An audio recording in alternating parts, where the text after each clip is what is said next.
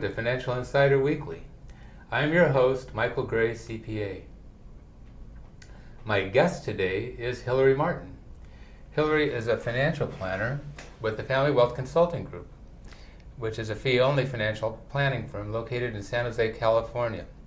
Hillary earned a Bachelor's of Science degree in economics and an MBA from Santa Clara University, and she's a certified financial planner. She and her team publish a blog full of financial insights and advice to help you improve you and your family's financial future, called Healthy Wealthy Families.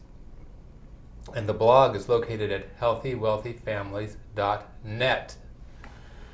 So, thank you for joining me, Thanks Hillary. for having me, Mike. Okay. And today, Hillary and I are going to be talking about planned saving to meet your financial goals. So before we get started, I'm going to just give you a little caution. Some of what we're going to talk about may be a little surprising for you, and so you might want to sit down as we do this interview. Okay? So anyway, so brace yourselves. So with that, Hillary, let's get started. So why does it seem that saving is a virtue that's been out of favor in the United States? You know, we have a very consumption-oriented, materialistic society. There are a lot of values placed on physical possessions and lifestyle. Material possessions, especially brand name items, are regarded as badges of success or worth. So people want to buy things to prove to people that they are successful and have money. But the funny thing is about spending money on things is that once you spend it, you don't have it anymore. So, you know, it's kind of like we want to have the lifestyle that makes other people think that we're successful, kind of disregarding what we're capable of in terms of our budget, our cash flow and income. A lot of people in their younger years, when they get out on their own, they want to have a high lifestyle. They want to eat out for dinner, they want to go on vacation, they want to buy brand name jeans. And so in order to do that, they may forego savings. They spend everything they make, and in some cases they even borrow on credit cards to do that. Right. People take out student loans to go to college, and then they get stuck in a cycle of paying off debt, maybe very little principal, maybe all interest. Before you know it, they're married and they have children, and as you know, a family is a really expensive proposition. Very. There is another thing too that I'll throw in, and that is we've had a very affluent society. You know, I mean, recently we've had more financial challenges, I think, but kids have become accustomed to living pretty well, you know, because their parents have provided for them. And what they think is that as soon as they get on their own, that they can continue living in that same place, and they don't have the financial wherewithal really to do it yet. Yeah, I mean, it can be one of a number of situations. Obviously, the most likely is that their available cash flow when they move out or go out on their own is going to go down. That's not always the case, but that is the most likely case, and so they're going to have to ratchet down their standard of living. Okay. Well, why is the habit of saving so important? You know, really at the highest level, saving is important so that you can preserve your freedom and choices. People oftentimes have goals that they want to fulfill. That may be sending their children to college, or sending even their grandchildren to college. And almost everyone wants to provide for an independent retirement. The things that we do are very expensive. The cost of medical care, medical insurance is rising faster than inflation, and so is higher education. So a lot of these things are going to take a lot of time and patience and savings, a lot of very rigorous saving habits. There are a few people who can expect to inherit windfalls or make a lot of money by cashing in employee stock options or even win the lottery, but actually the data tells us that most lottery winners are broke after about 5 years anyway. So it's not a panacea.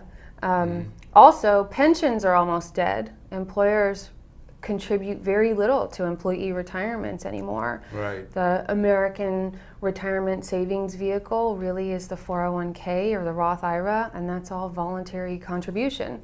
And so if people are saving everything that they, spending everything that they make, then they're not saving very much. Right. They're electing not to put it in their retirement account.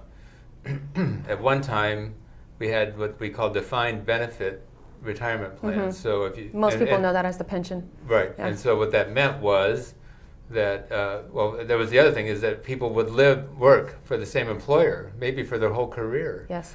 And so since they were there for all that time, then they accumulated all of that retirement, and the pension would be some sort of a formula based on what their earnings were. Usually, like they average the highest 3 years earnings or something like that, and they would take a percentage of that, and then you continue getting it.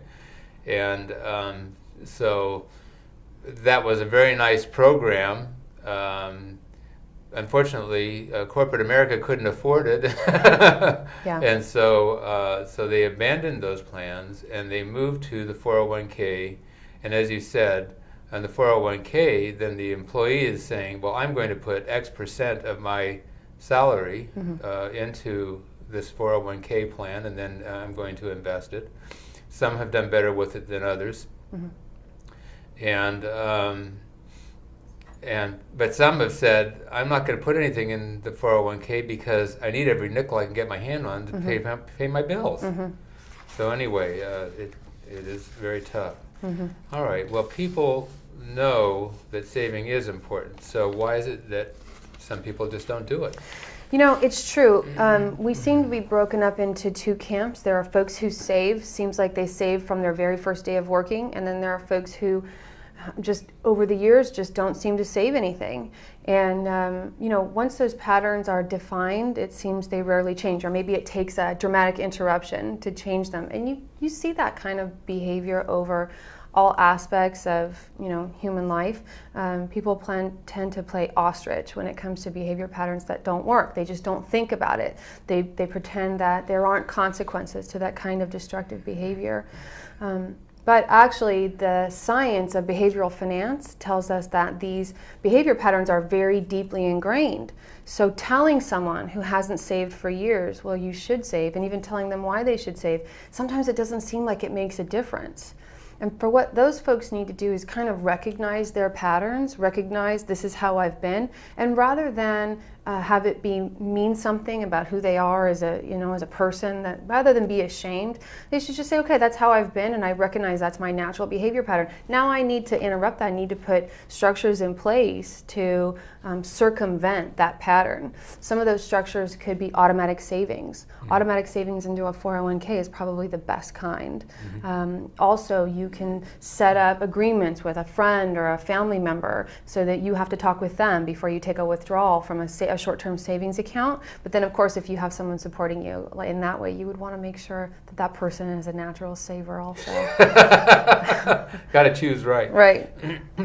But anyway, so that's part of what our program today is for. It's to be a little bit of an interrupter. So in other words, if you are more aware of what the consequences are of getting into a regular savings program and missing it, then maybe it will be an inspiration for you to change your behavior and to start to get into this other pattern. And it is very important what we're talking about today.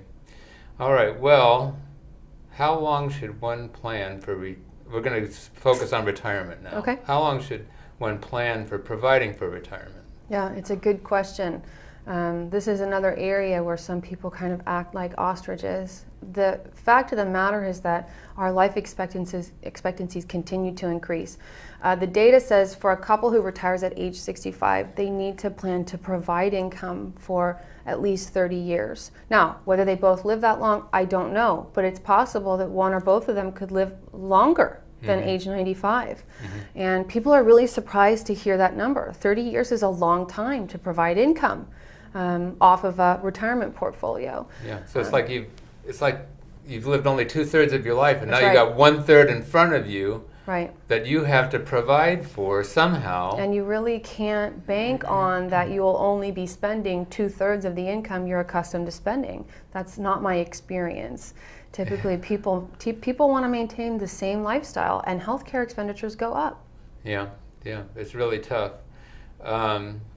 So, and as you said, the life expectancy keeps going up. So when they started the Social Security system, I mean, people talk about these. This is how most of us are familiar now with some of this. Is what we see in the news where they talk about what's happened with Social Security. Mm-hmm. So back when Social Security was put in place, when Roosevelt was president back in the late 30s, whatever it was, the life expectancy when somebody retired at age 60, 65 was only like 5 years. I mean, Social Security didn't have to be paid out for very long.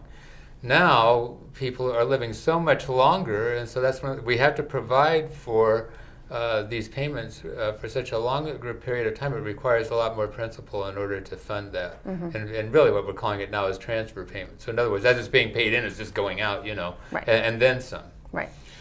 Okay. Well, how much are you going to need? How big of a fund do you need in order to fund a retirement? Yeah, it's a good question, and it's different for each person, so it's tough to just give an answer. But really, I would say, especially here in Silicon Valley, the cost of living is higher. Obviously, housing costs more and other things cost more, so it may be higher here than other areas, but it may not based on lifestyle.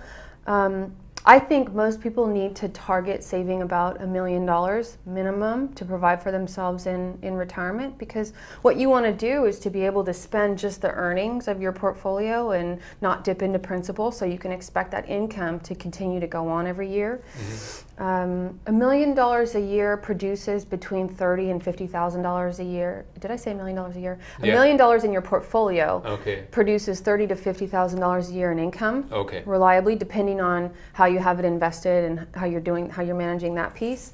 And so I really think, that's kind of a good starting number for people to kind of think about. Well, if I can live on $50,000 a year, then I need to plan to save $1 million, and then you want to kind of ratchet it up from there. Yeah.